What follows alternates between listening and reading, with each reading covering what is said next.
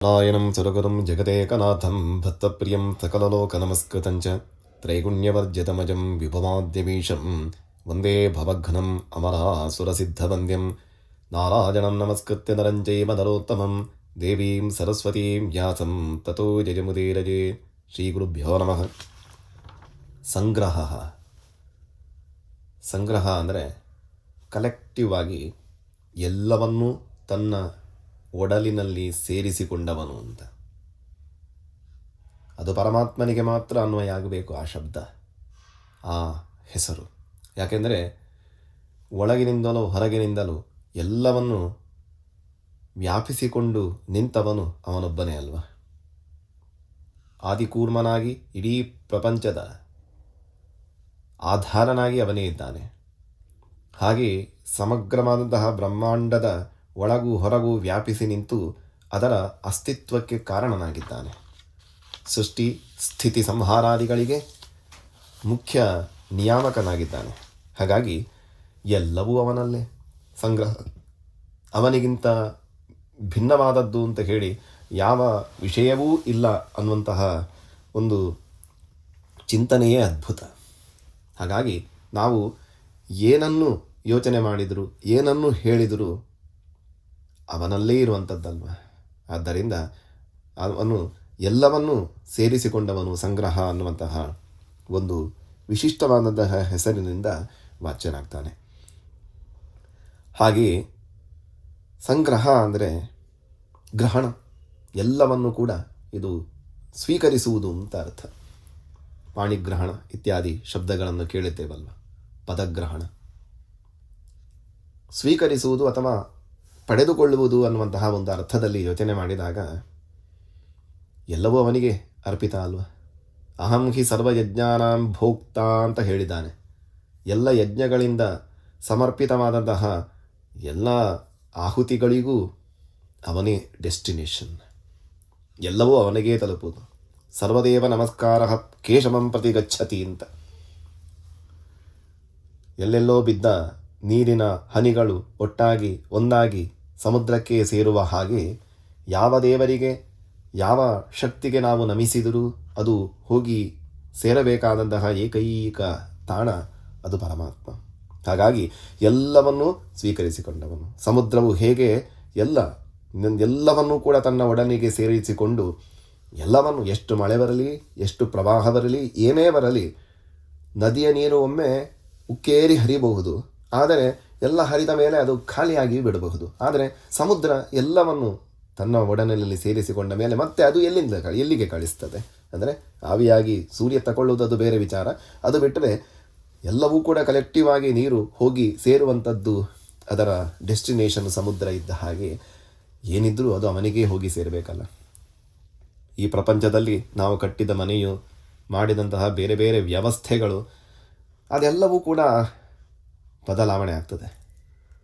ಇವತ್ತು ಚೆನ್ನಾಗಿ ಕಾಣುವಂತಹ ಭದ್ರವಾದಂತಹ ಕೋಟೆ ನಾಳೆ ಅದು ಹಳತಾಗಿ ಹೋಗ್ತದೆ, ಜೀರ್ಣವಾಗಿ ಬಿಡುತ್ತದೆ. ಮತ್ತೆ ಅದು ಭೂಮಿಗೆ ಸೇರುವ ಹಾಗೆ ಎಷ್ಟೆಲ್ಲ ಸಂಪತ್ತುಗಳು, ಎಷ್ಟೆಲ್ಲ ವೈಭವಗಳಿದ್ದರೂ ಮತ್ತೆ ಅದು ಮಣ್ಣೇ ಆಗಿ ಬಿಡುವ ಹಾಗೆ ಎಲ್ಲವೂ ಅವನಂತೆ. ನಾವೆಲ್ಲರೂ ಇಲ್ಲಿಗೆ ಬಾಡಿಗೆಗೆ ಇರುವವರು.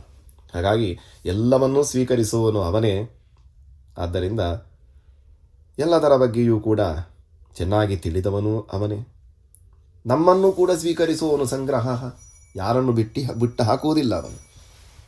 ಭಕ್ತರು ಯಾರೆಲ್ಲ ಇದ್ದರೂ, ಎಂತಹ ಪ್ರಭೇದಗಳಿದ್ದರೂ ಉದಾರ ಸರ್ವಜೇವೈತೆ ಅಂತ ಹೇಳಿದ್ದಾನೆ ಅವನು. ಎಂತಹ ಭಕ್ತರೇ ಇರಲಿ, ಯಾವ ರೀತಿಯಲ್ಲಿಯೇ ಅವರು ತಿಳಿದ ಮಟ್ಟಿಗೆ ತಮ್ಮ ಆರಾಧನೆಯನ್ನು, ಭಕ್ತಿಯ ಸಮರ್ಪಣೆಯನ್ನು ಮಾಡಲಿ, ಅದನ್ನು ತಾನು ಸ್ವೀಕರಿಸ್ತೇನೆ, ಭಕ್ತ್ಯುಪಹೃತಂ ಅಶ್ನಾಮಿ ಅಂತ ಹೇಳಿದ್ದಾನೆ. ಹಾಗಾಗಿ ನಾವು ಕೊಡುವಂತಹ ಏನು ಕೊಟ್ಟರೂ ಕೂಡ ತಿರಸ್ಕಾರ ಮಾಡುವುದಿಲ್ಲ ಅವನು. ಅದನ್ನು ಸ್ವೀಕರಿಸ್ತಾನೆ. ಭಕ್ತರನ್ನು ಯಥಾವತ್ತಾಗಿ ಅವರಿರುವಂತೆಯೇ ಅವರನ್ನು ಸ್ವೀಕರಿಸ್ತಾನೆ. ದೋಷಯುಕ್ತರೇ ಆಗಿರಲಿ, ಸರ್ವಾರಂಭಾಹಿ ದೋಷೇಣ, ಯಾರೂ ಇಲ್ಲಿ ಪರ್ಫೆಕ್ಟ್ ಇಲ್ಲ.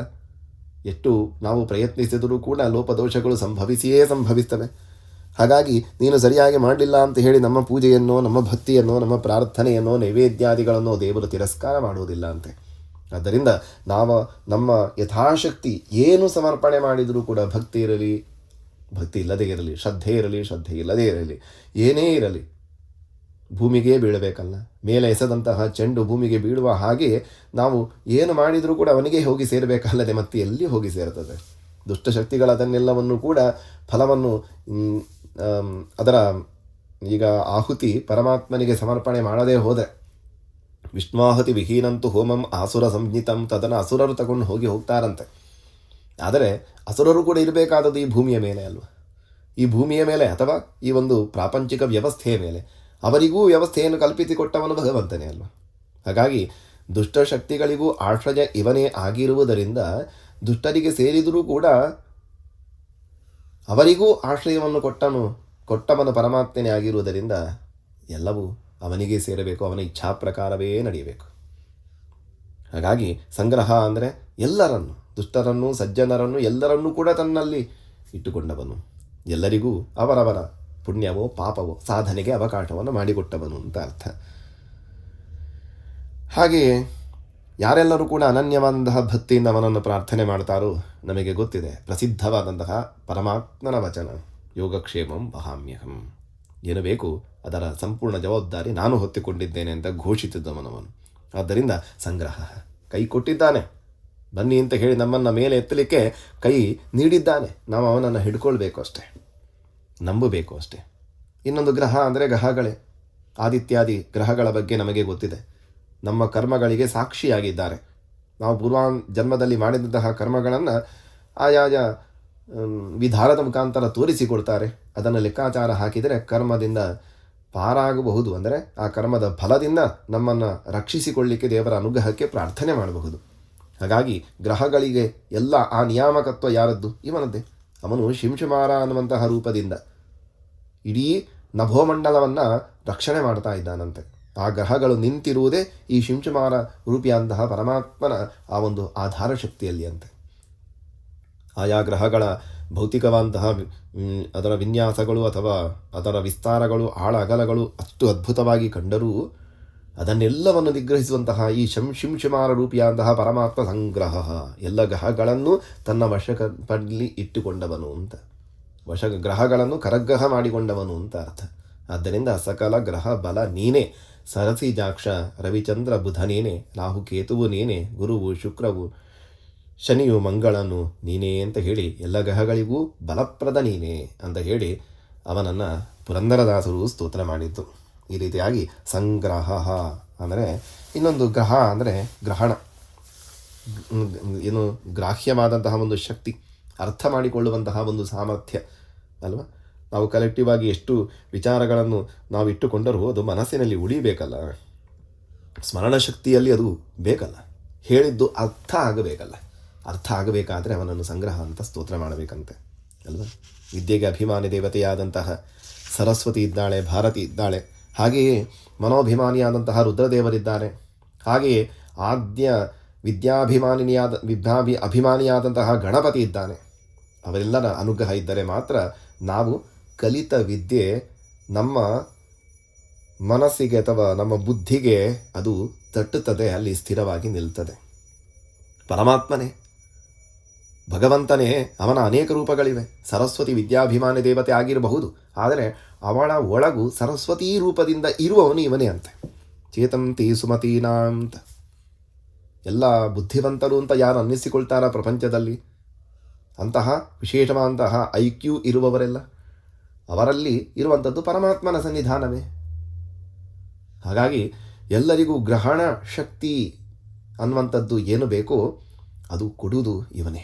ಹಾಗಾಗಿ ಅವನು ಎಲ್ಲಿ ಒಳಗೆ ನಿಂತುಕೊಂಡು ಅನುಗ್ರಹ ಮಾಡಬೇಕು, ಇವನಿಗೆ ಅನುಗ್ರಹ ಮಾಡಬೇಕು ಅಂತ ಪರಮಾತ್ಮ ವ್ಯಸ್ತಾನ, ಅವನು ಬುದ್ಧಿವಂತ ಆಗ್ತಾನೆ, ಲೋಕದಲ್ಲಿ ಅವನು ವಿದ್ಯಾವಂತ ಆಗ್ತಾನೆ. ಈ ರೀತಿಯಾಗಿ ಅನೇಕ ವಿದ್ಯೆಗಳನ್ನೆಲ್ಲವನ್ನು ಕೂಡ ಸ್ಮರಣದ ರೀತಿಯಲ್ಲಿ ಧೀಶಕ್ತಿಯಲ್ಲಿ ಇಟ್ಟು ಅನುಗ್ರಹ ಮಾಡುವಂತಹ ಭಗವದ್ ರೂಪ ಅದು ಸಂಗ್ರಹ ಅನ್ನುವಂತಹ ಹೆಸರಿನಿಂದ ಸ್ತುತ್ಯವಾಗ್ತದಂತೆ.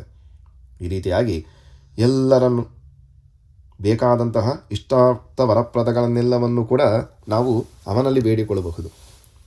ಏನು ಬೇಕಾದರೂ ಅವನಲ್ಲಿ ಸಿಗದೇ ಇರುವುದು ಯಾವುದೂ ಇಲ್ಲ ಅಂತ ಅಲ್ವಾ. ತಸ್ಮಿನ್ ಪ್ರಸನ್ನೇ ಕಿಮಿಹಸ್ತಿ ಅಲಭ್ಯಂ. ಪರಮಾತ್ಮ ಪ್ರಸನ್ನನಾಗಿ ಬಿಟ್ಟರೆ ಇಲ್ಲಿ ಅಲಭ್ಯವಾದಂಥದ್ದು ಯಾವುದೂ ಇಲ್ಲ, ಎಲ್ಲವನ್ನು ಸಂಗ್ರಹ ಮಾಡಿ ಇಟ್ಟುಕೊಂಡಿದ್ದಾನೆ ಅಲ್ವಾ. ನಾವು ಯಾರ ಹತ್ರ ಹೋಗಿ ಕೇಳ್ತೇವೆ, ಎಲ್ಲಿ ಸ್ಟಾಕ್ ಇದೆಯೋ ಅಲ್ಲಿ ಹೋಗಿ ನಮಗೇನು ಬೇಕೋ ಅದನ್ನು ನಾವು ಪಡೆದುಕೊಳ್ಳುವ ಪ್ರಯತ್ನ ಮಾಡಬಹುದು.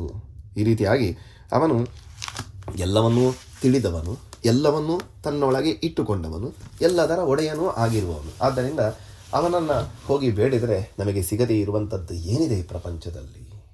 ಹಾಗಾಗಿ ಎಲ್ಲವನ್ನು, ನಮ್ಮ ಎಲ್ಲ ಪ್ರಾರ್ಥನೆಗಳನ್ನು ಕೂಡ ಅವನ ಮುಂದೆ ನಾವು ಸಮರ್ಪಣೆ ಮಾಡಿದರೆ ಇಷ್ಟಾರ್ಥವನ್ನು ನಾವು ಪಡೆದು ಅವನ ಅನುಗ್ರಹಕ್ಕೆ ಪಾತ್ರನಾಗಬಹುದು. ಅದಕ್ಕೋಸ್ಕರ ಅವನನ್ನು ಸಂಗ್ರಹ ಅಂತ ಹೇಳಿ ಕರಿಬೇಕಂತೆ. ಕೃಷ್ಣಾರ್ಪಣಂ.